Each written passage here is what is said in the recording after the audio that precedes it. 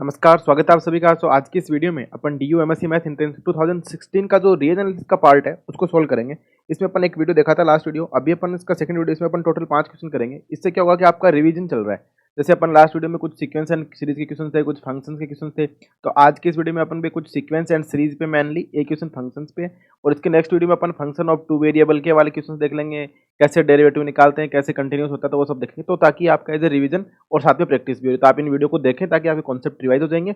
और अपन आज शाम तक एक वीडियो से डाल दें ताकि आपको पता लग जाए कि पेपर को कैसे अटेम्प्ट करना है, कितने क्वेश्चंस करने चाहिए, कैसे पेपर को अटेम्प्ट करना है, क्या पैटर्न रहेगा, वो सब आपको पता ही है। पर अटेम्प्ट कैसे करना है उसकी बात कर लेंगे। तो आज की इस वीडियो को स्टार्ट करते हैं। सबसे पहले तो द क्वेश्चन क्या है कि let f be a real valued monotone non decreasing. पहली बात तो क्या समझना है, मोनोटोनिक है और नॉन डी डिक्रीजिंग। इसका मतलब क्या हो सकता है, कांस्टेंट हो सकता है और इंक्रीजिंग हो सकता है। नॉन डिक्रीजिंग है, मोनोटोनिक है। Function on R, then for a belongs to R, limit x tends to fx exist, f is unbounded function, for hx equals to e to the power minus fx is bounded function, or if a less than b then limit x tends to a plus fx less than equal to limit x tends to b minus fx। ये होगा। पहली बात तो ये कि monotone function की definition आपको पता होना चाहिए। तो मोनोटोन इंक्रीजिंग या डिक्रीजिंग या स्ट्रिक्टली इंक्रीजिंग या स्ट्रिक्टली डिक्रीजिंग, ये बोलता है नॉन डिक्रीजिंग। इसका मतलब क्या है कि x1 लेस देन x2 है, दिस इंप्लाइज क्या हो जाएगा, इक्वल टू भी आ सकता है, कॉन्स्टेंट भी हो सकता है। This implies fx1 less than equal to fx2। इस टाइप का फंक्शन दे रखा है क्योंकि अपने बोला कि नॉन डिक्रीजिंग है। ऐसा नहीं हो सकता कि x1 लेस देन x2 तो fx1 ग्रेटर देन fx2, ऐसा नहीं होगा।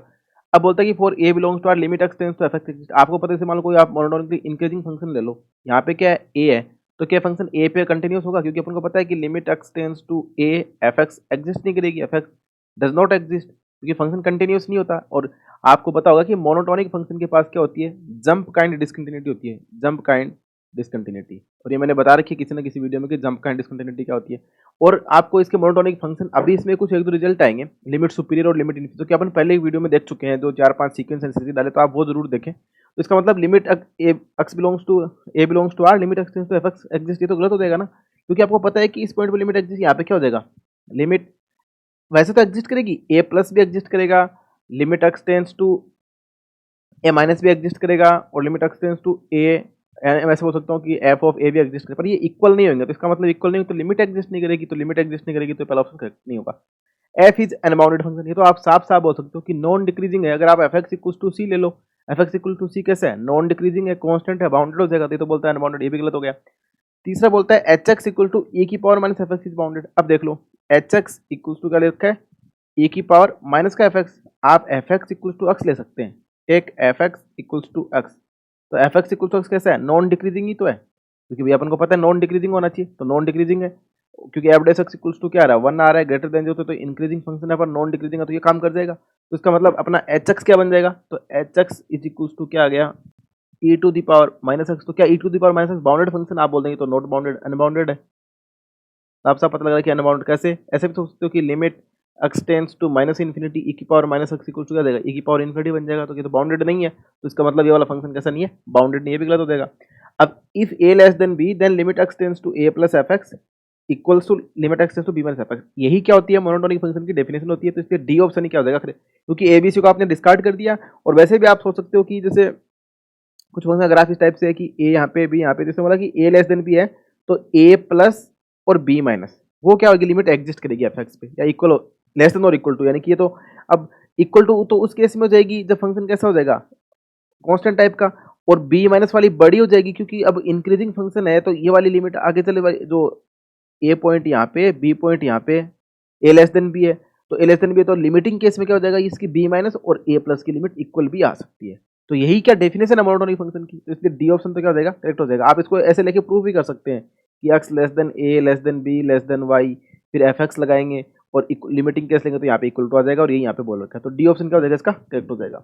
अब चलते हैं नेक्स्ट क्वेश्चन पे। नेक्स्ट क्वेश्चन बोलता है कि द सीरीज समीशन के इक्वल टू 0 टू इन्फिनिटी के square plus 3k plus 1 upon factorial के प्लस 2 कन्वर्ट्स टू, किसको कन्वर्ट करेगी। अब इस टाइप का क्वेश्चन में थोड़ा सा ट्रिक होता है, आप इसको अब k प्लस 2 का फैक्टर बनाए कि करेंगे तो थोड़ा आसान रहेगा। जैसे आप इसको ऐसे भी लिख सकते हैं, के square plus 2k plus k plus 2। अब देखो इसको सोल्व करेंगे तो के स्क्वायर प्लस 3k प्लस 2 बनेगा, जबकि अपने पास क्या 3k प्लस 1 ही है, तो मैं क्या कर देता हूँ, माइनस का 1 कर देता हूँ अपॉन k प्लस 2 का फैक्टोरियल। अब यहाँ से देखो k कॉमन है तो k प्लस 2 और k प्लस 2 फैक्टर बन गया, तो ये बन जाएगा k plus 2 into k plus 1 upon k plus 2 का फैक्टोरियल और माइनस का 1/k+2 का फैक्टोरियल। अब इस k+2 को क्या लिख सकते हो आप, k+2 इंटू k+1 का फैक्टोरियल। अब ये तो इससे कैंसिल हो जाएगा, तो विच इज इक्वल टू क्या जाएगा, k+1/k+1 का फैक्टोरियल माइनस का 1/k+2 का फैक्टोरियल। अब इसको वापस से और सिंप्लीफाई करेंगे तो के ये क्या बन जाएगा, 1/फैक्टोरियल के माइनस का 1/k+2 का फैक्टोरियल। पर अपने को क्या चाहिए, समीशन चाहिए, तो अपने को क्या चाहिए, अपने को तो ये चाहिए summation k = 0 to infinity k² + 3k+1/k+2 का फैक्टोरियल। इसको अपने सिंप्लीफाई करा तो ये बन जाएगा समीशन k = 0 टू इन्फिनिटी 1/फैक्टोरियल k माइनस का 1/k+2 का फैक्टोरियल। पूरे की ये समीशन लगा हुआ है। जैसे आप k = 0 पुट करेंगे तो क्या बनेगा, फैक्टोरियल 0 1 बनेगा, तो 1 माइनस का 1/फैक्टोरियल 2 यानी कि 1/2 फैक्टोरियल प्लस k = 1 पुट करेंगे तो 1 माइनस का 1/फैक्टोरियल 3 प्लस k = 2 पुट करेंगे तो 1/फैक्टोरियल 2 माइनस का 1/फैक्टोरियल 4 प्लस k = 3 पुट करेंगे तो 1/फैक्टोरियल 3 माइनस का 1/फैक्टोरियल 5 प्लस 1/फैक्टोरियल 4 माइनस का 1/फैक्टोरियल 6 प्लस डॉट डॉट डॉट ऐसे चलता जाएगा। तो आप देख रहे हैं कि ये प्लस का आ रहा है, ये माइनस का कैंसिल हो जाएगा, ये माइनस का आ रहा है, ये प्लस का आ रहा है, कैंसिल हो जाएगा, ये माइनस का आ रहा है, ये प्लस का, ये माइनस का, ये प्लस का, सारे कैंसिल हो जाएंगे। सिर्फ और सिर्फ एक तो ये 1 बचेगा और एक ये 1 बचेगा, तो इक्वल टू क्या जाएगा, 1 + 1 विच इज इक्वल टू 2। तो this series is converge to 2, यानी कि एक तो 1 ये रहा, एक ये रहा, तो 1 + 1 1 + 1 विच इज इक्वल टू 2, तो 2 को कन्वर्ज कर जाएगी सीरीज। तो ऐसा ऑप्शन देख लो कौन सा है कि द कन्वर्ज टू 2, तो इसका बी सी ऑप्शन करेक्ट हो जाएगा। बस सिंपल सा था कि आपको यहाँ पे 3 के, क्योंकि आपको पता k + 2 चाहिए, तो k+2 फैक्टर में तभी आ सकता है, तो इसको 2k+2 टाइप का करना पड़ेगा, तभी इसके फैक्टर हो पाएगा। अपने को यहाँ पे +1 दे रखा, तो अपन ने एक ऐड कर दिया, घटा दिया, तो घटाने वाला अलग लिख दिया, इसको अलग सेपरेट डिवाइड कर दिया, इसको थोड़ा सिंप्लीफाई करते गए और k की वैल्यू 0 1 2 3 पुट करते, तो अपने को पता चल गया कि सिर्फ और सिर्फ अल्टरनेटिंग मिलती जा रही है, जो घटती जा रही है, सिर्फ और सिर्फ 2 बचेगा। अब नेक्स्ट क्वेश्चन देखते हैं।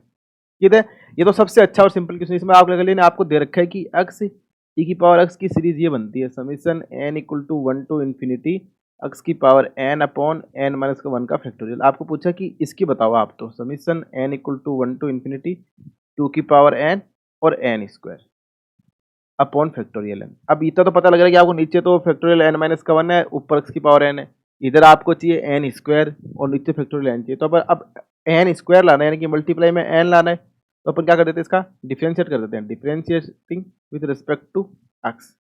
तो ये क्या बन जाएगा, e⁻x प्लस x, जब x का करेंगे तो क्या हो जाएगा, 1 e⁻x हो जाएगा, और e⁻x का करेंगे तो e⁻x, तो ये e⁻x which is equal to क्या बन जाएगा, summation n = 1 to infinity n(x⁻n-1) upon n-1 factorial.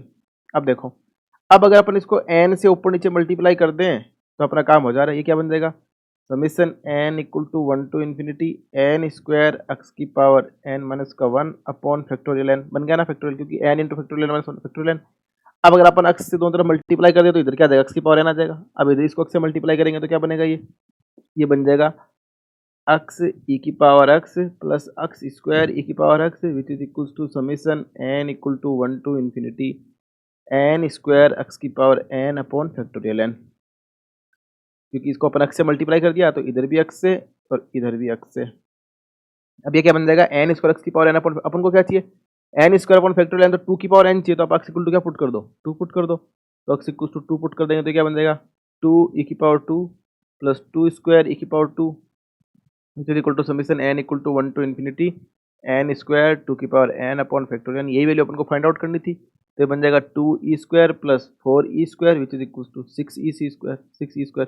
तो यानी कि ये जो सीरीज दे रखी है ये कन्वर्ट करेगी 6e²। तो बड़ा सिंपल सा था, बस आपको ये देखना था कि इधर x की n² चाहिए, तो n के लिए अपन को पता है इसका डिफरेंशिएशन करेंगे, तो अपन इसका डिफरेंशिएशन कर दिया, फिर अपन को पता लगेगा x की पावर कम होगी, n-1 अपन को n चाहिए तो x से मल्टीप्लाई कर लिया, नीचे फैक्टोरियल n चाहिए तो अपन n से ऊपर नीचे मल्टीप्लाई कर लिया, तो इसको कुछ सिंप्लीफाई करा और x = 2 पुट करने में अपने पास 6e², तो फोर्थ ऑप्शन करेक्ट हो जाएगा। अब चलते हैं नेक्स्ट क्वेश्चन पे। अब ये क्वेश्चन इसमें अच्छा है, इस क्वेश्चन को करने के लिए आपको या तो आपको डायरेक्ट रिजल्ट पता होना चाहिए, या आपको लिमिट सुपीरियर और लिमिट इन्फीरियर का कॉन्सेप्ट अगर पता होता है तो आप इसको इजीली कर पाते हैं।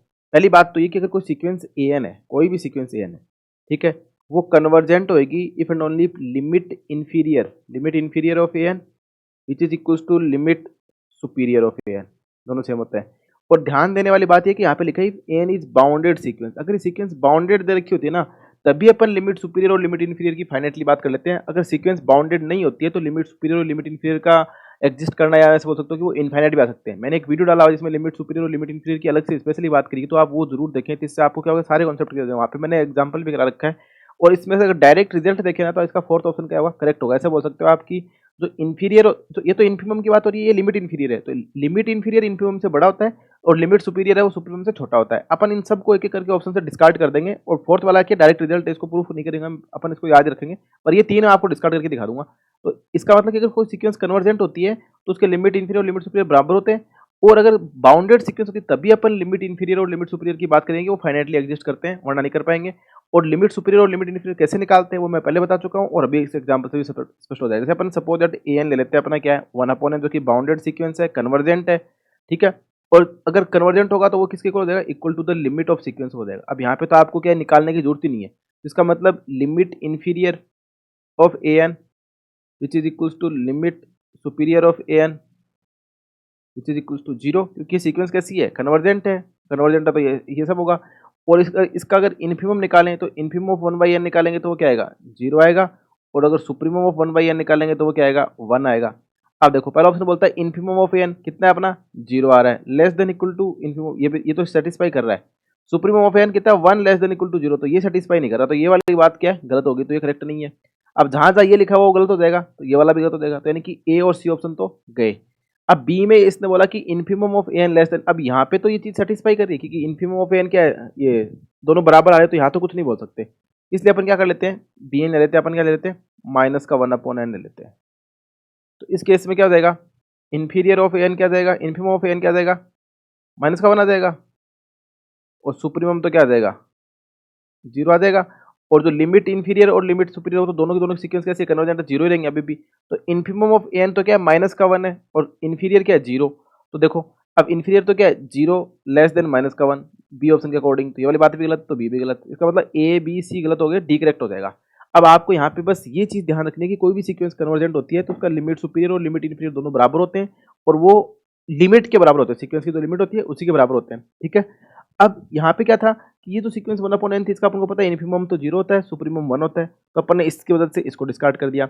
-1/n लिया, इसका इन्फीमम आपको पता है -1 हो जाएगा, सुप्रीमम इसका 0 हो जाएगा, तो इसकी वजह से अपन ने बी ऑप्शन को डिस्कार्ड कर दिया। सी वाला और ए वाला दोनों इस सेम लॉजिक से ही क्या हो जाएंगे, डिस्कार्ड हो जाएंगे।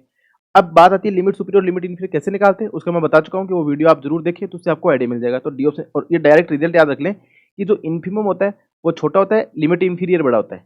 सुप्रीमम होता है, लिमिट सुपीरियर छोटा होता है, और सुप्रीमम क्या होता है, बड़ा होता है। यानी सुप्रीमम बड़ा है, इन्फीमम छोटा है, लिमिट इन्फीरियर बड़ा है और लिमिट सुपीरियर छोटा है। तो ये आपको पता होना चाहिए कि इन्फीमम से बड़ा तो लिमिट इन्फीरियर होता है, और सुप्रीमम से छोटा लिमिट सुपीरियर होता है। तो डी ऑप्शन क्या हो जाएगा, बाउंडेड सीक्वेंस, तभी अपन फाइनाइटली बात कर पाते हैं, वरना अनबाउंडेड सीक्वेंस तो उसका एग्जिस्ट नहीं करेगा, इन्फिनिटी और माइनस इन्फिनिटी आ जाएगा। अब चलते हैं नेक्स्ट क्वेश्चन पे।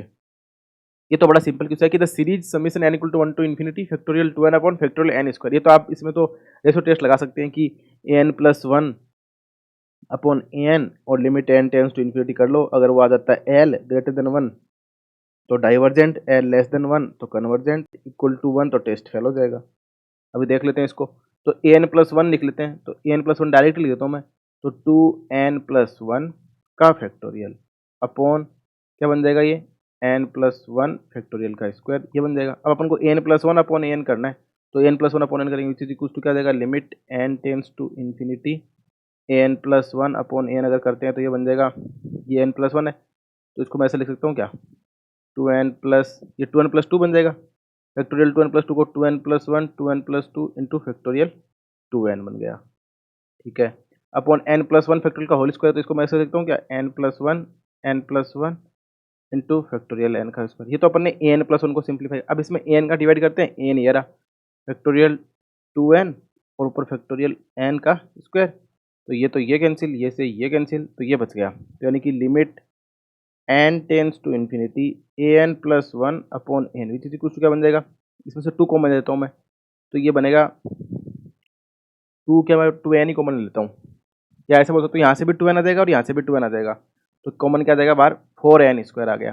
4n स्क्वायर आता है, ये क्या बन जाएगा 1+1/n, और ये बन जाएगा 1+2/n, और नीचे अगर n स्क्वायर कॉमन लेंगे तो क्या बनेगा 1+1/n।